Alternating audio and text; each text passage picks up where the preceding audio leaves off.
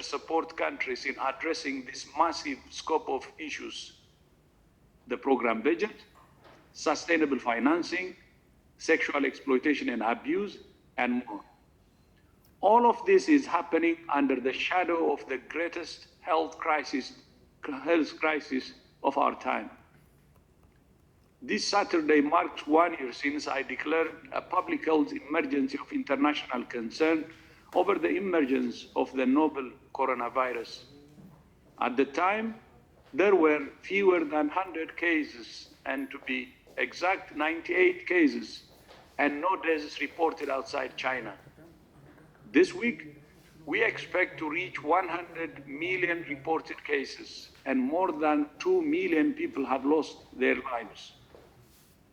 When this board met a year ago, I said the world had a window of opportunity to prevent widespread transmission of this new virus. Some heeded that call, some did not.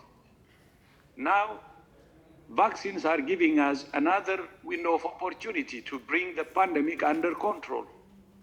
We must not squander it. As we speak, rich countries are rolling out vaccines, while the world's least developed countries watch and wait. With every day that passes, the divide grows larger between the world's haves and have-nots.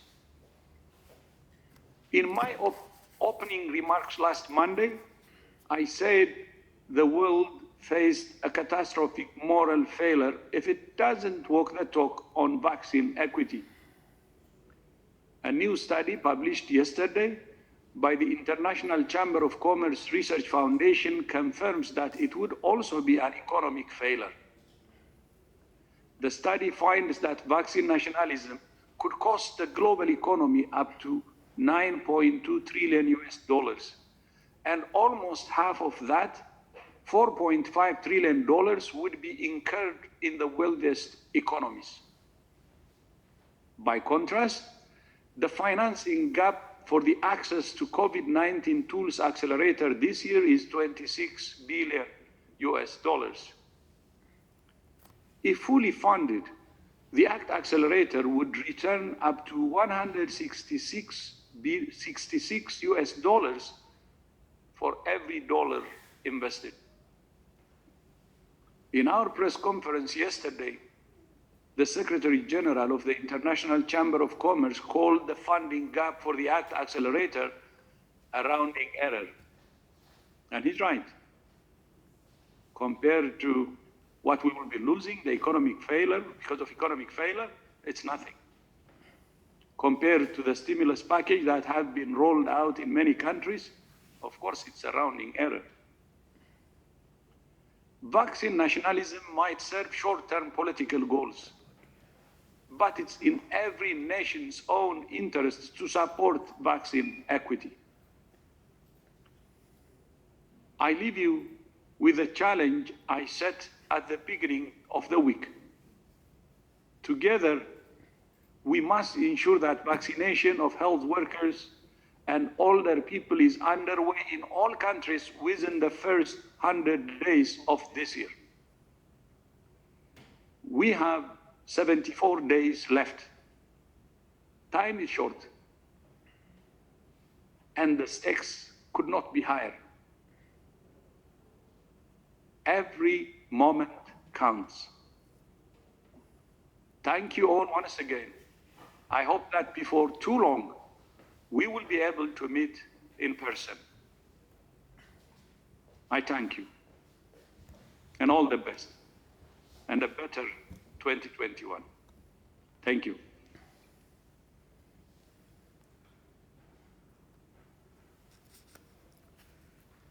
Thank you, Dr. Tedros.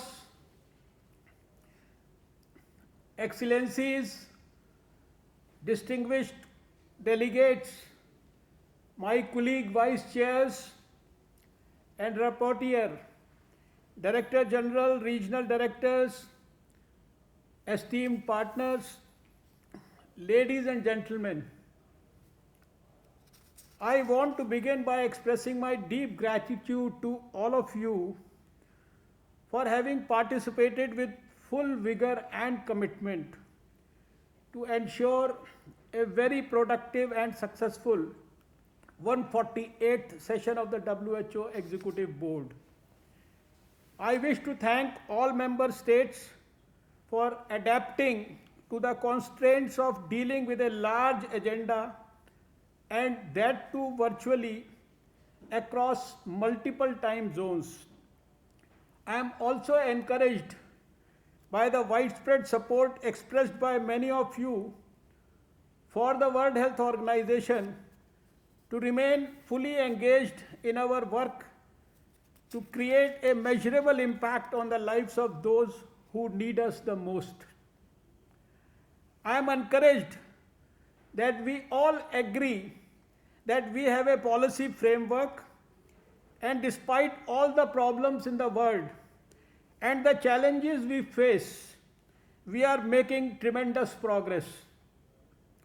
I am equally encouraged by the fact that we all agree that we need to further reform and defeat the status quo so that we can transform the lives of the people of the weakest and most fragile member nations.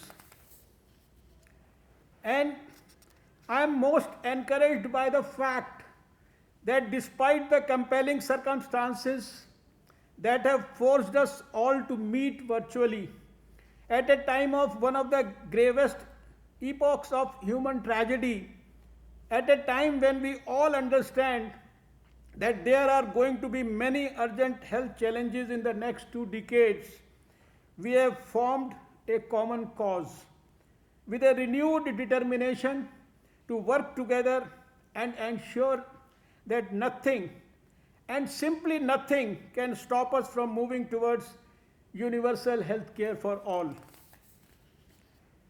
I have said this before, and I repeat, all these challenges, such as the present pandemic, demand a shared response because these are shared threats requiring shared responsibility to act. And of course, this shared responsibility is also the core philosophy of our alliance of member nations that comprise the WHO. The commitment I have seen this week amongst all of you makes me feel proud of our great organization. Excellencies, dear colleagues and friends, ever since the COVID-19 was declared a pandemic close to 1 year ago, we have put up a valiant fight against the disease with our collective efforts to suppress transmission, prevent illness, and reduce deaths. Allow me to thank the member nations that despite the wide disparity in their epidemiological trends, we are on the verge of defeating the pandemic by adopting a preemptive, proactive, and collaborative strategy. I must take this opportunity to acknowledge all member states for acting with speed and scale during the rapidly evolving pandemic and displaying solidarity to help each other on a bilateral as well as a multilateral basis. The hard work and determination demonstrated by the countries have saved countless lives amid the ongoing response. It may only be befitting and proper for all of us to once again pay our respect to those brave men and women who have sacrificed themselves in the pandemic and those who are continuing to fight relentlessly and selflessly. The past year, 2020, has been the year of science, when the best of humanity has shone through the gloom that descended upon us due to the COVID-19 pandemic. The situation demanded setting up of a major global collaborations so that scientists could share their expertise. For this, governments, businesses, and philanthropic organizations got together to start committing resources. Therefore, it was not just the progress in science that became remarkable, but the international collaboration that ensured widespread benefits.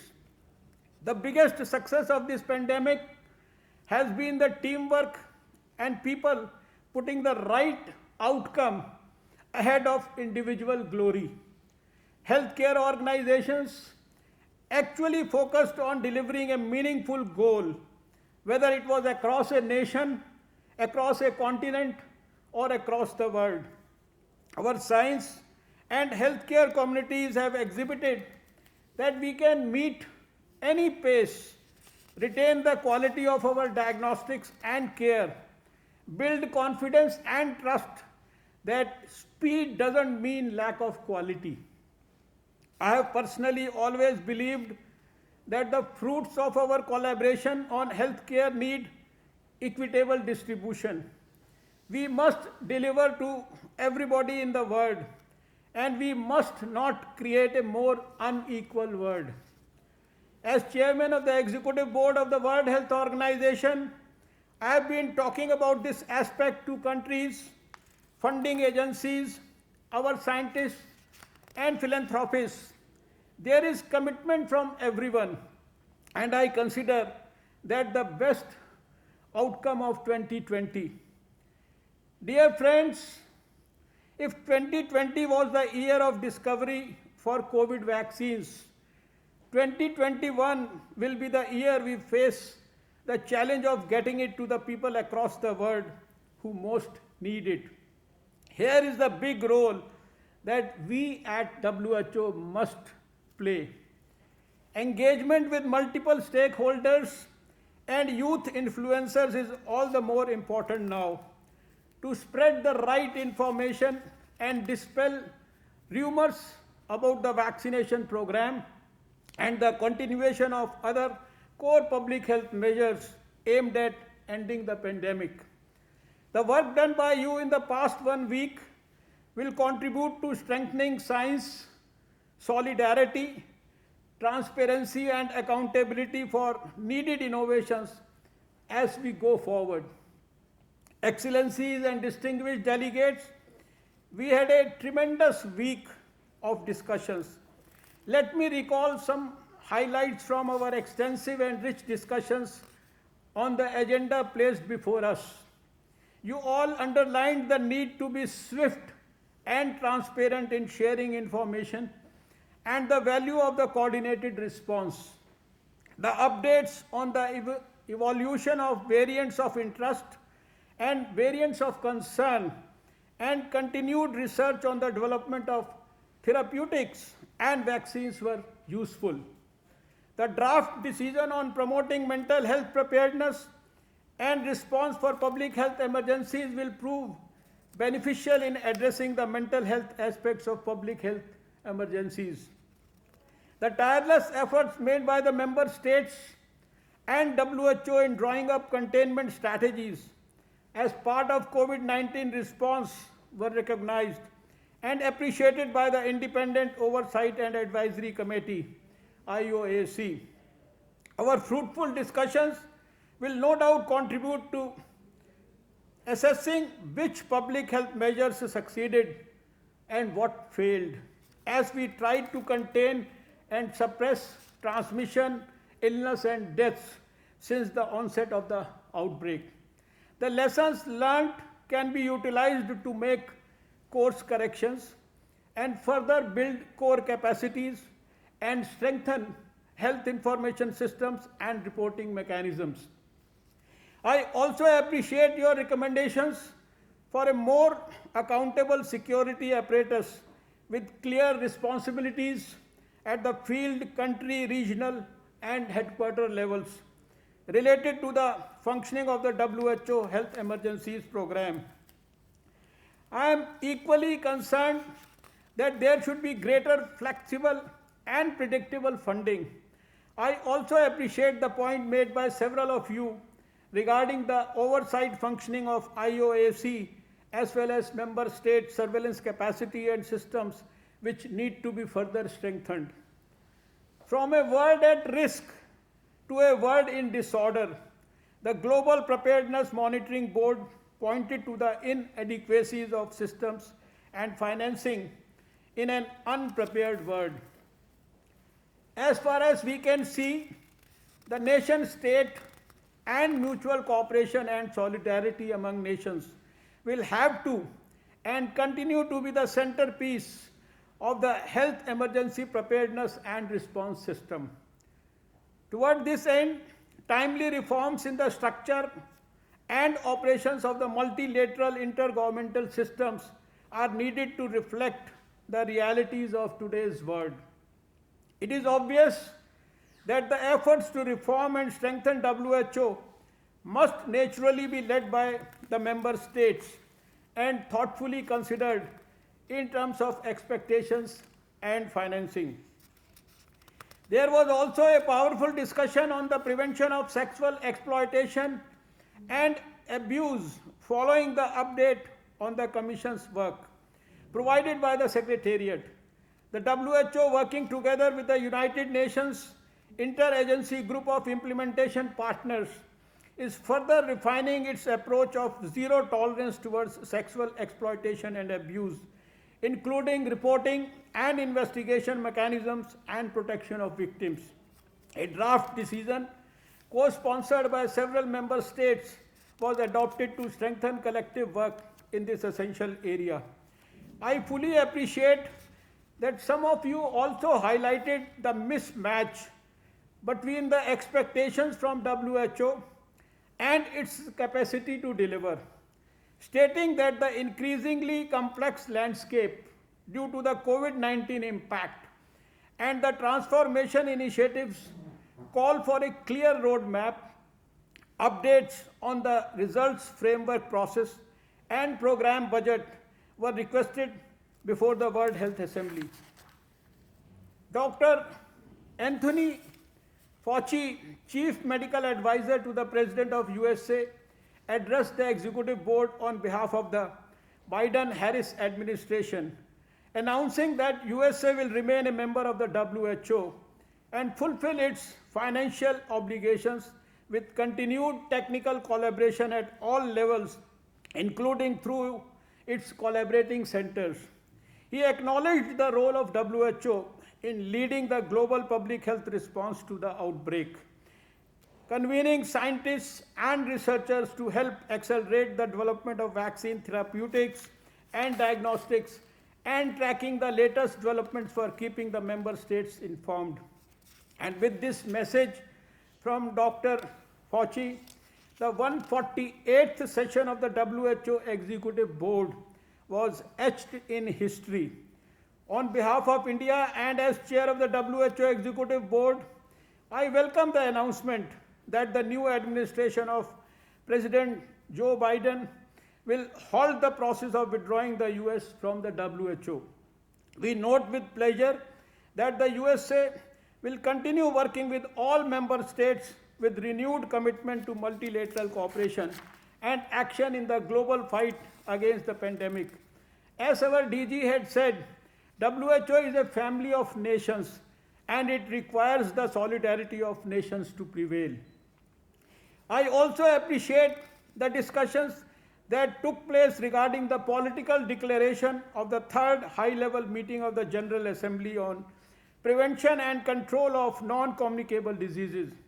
Member states covered a wide range of issues under this item, from evaluation of the Global Action Plan and Global Coordination Mechanism to diabetes to oral health.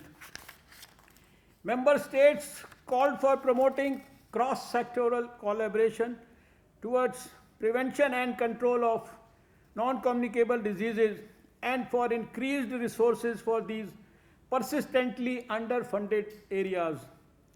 On the global strategy and plan of action on public health, innovation and intellectual property agenda and proposed resolution, there were rich discussions with calls for strengthening research and exchange of knowledge and information to improve access to therapeutics, diagnostics and vaccines. There is no doubt that innovation and intellectual property rights should be harnessed to advance collective global progress in both neglected and topical areas. I must state here that our programs must be designed with a view towards preparing our organization to work in a world largely shaped and defined by rapidly changing realities such as the exponential increases in urbanization and globalization leading to massive progression in not just communicable and non-communicable diseases but also